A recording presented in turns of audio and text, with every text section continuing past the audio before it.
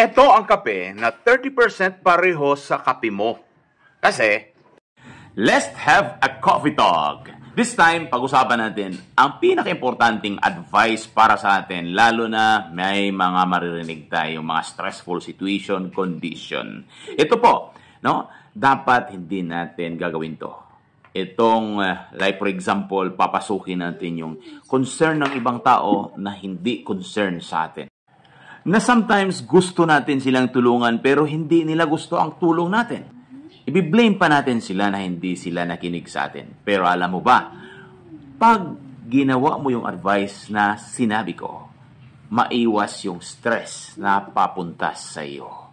Kaya kaibigan, amuyin mo lang ang coffee na ito dahil meron itong superfoods na wala sa kape mo at mga vitamins, minerals, and amino acids added na hindi rin at wala din sa coffee mo. Pag-isipan mo yan. Let's have a coffee talk again. See you next time.